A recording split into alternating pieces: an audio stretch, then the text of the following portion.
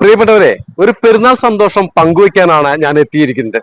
എനിക്ക് പിറകിൽ കാണുന്ന ഈ കൃഷിയിടത്തിൽ ദിവസങ്ങൾക്ക് മുമ്പ് ഒരു കപ്പ ചലഞ്ച് നടത്തിയിരുന്നു.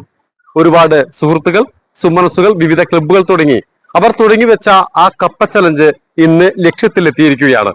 ഈ കൃഷി ചെയ്ത യുവ കർഷകൻ അപ്രതീക്ഷിതമായി ഉണ്ടായ ഒരു അപകടത്തെ തുടർന്ന് ഇന്ന് നമ്മോടൊപ്പമില്ല.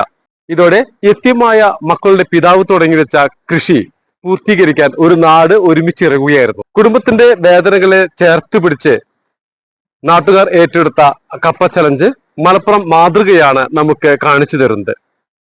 സാഹോദര്യ പെരുമകളുടെ ഒരു പിടി നേർക്കാഴ്ചകൾ കാണിച്ചു തന്നിട്ടുള്ള ജില്ലയാണ് മലപ്പുറം.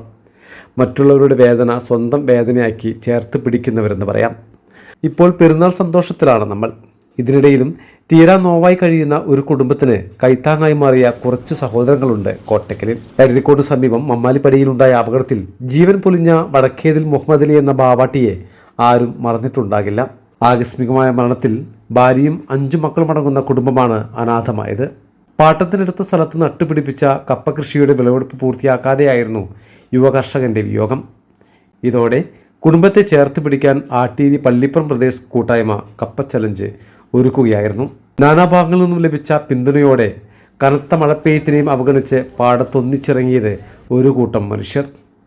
കുട്ടികൾ മുതൽ മുതിർന്നവർ വരെ ഒന്നിച്ചപ്പോൾ മഴ പോലും മാറി നിന്നു. സ്വന്തം കൈകൊണ്ട് തന്നെ ഉണ്ടാക്കിയ കൃഷിയാണത്. 2 ദിവസം മുന്നേ ഞങ്ങളൊരു നല്ലൊരു ചലഞ്ച് വെച്ചുകൊണ്ട് നാട്ടുകാരും എല്ലാവരും ക്ലബ്ബുകളൊക്കെ കൂടിയിട്ട് നല്ലൊരു വിജയമായിരുന്നു. നമ്മൾ വിചാരിച്ചതിനെക്കാളും രീതിയിൽ ഒരു 2500-ഓളം കിറ്റുകൾ നമുക്ക് കൊടുക്കാൻ കഴിഞ്ഞു.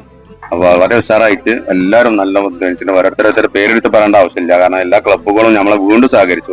ചലഞ്ച് പൂർത്തിയായപ്പോൾ സമാഹരിച്ചെടുത്തത് 10 ലക്ഷത്തോളം രൂപയാണ്.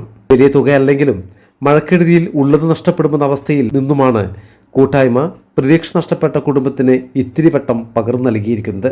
ഒരു കുടുംബത്തെ ചേർത്ത് പിടിച്ച് ഒരു നാടും നാട്ടുകാരും. ഇതാണ് ഞാൻ നേരത്തെ പറഞ്ഞ മലപ്പുറം മാതൃക. അഭിനന്ദനങ്ങൾ സുഹൃത്തുക്കളെ.